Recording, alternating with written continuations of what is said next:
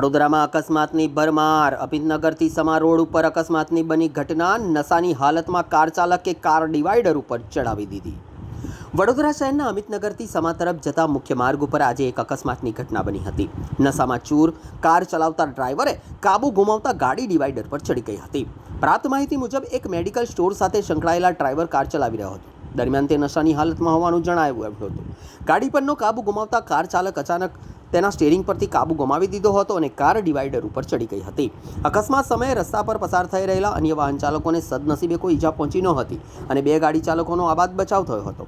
આ ઘટનાની જાણ થતાં હણી પોલીસ સ્ટેશનની ટીમ તાત્કાલિક સ્થળ પર પહોંચી હતી. પોલીસે કાર ચાલકની અટકાયત કરી તેની સામે આગળની કાર્યવાહી હાથ ધરી છે.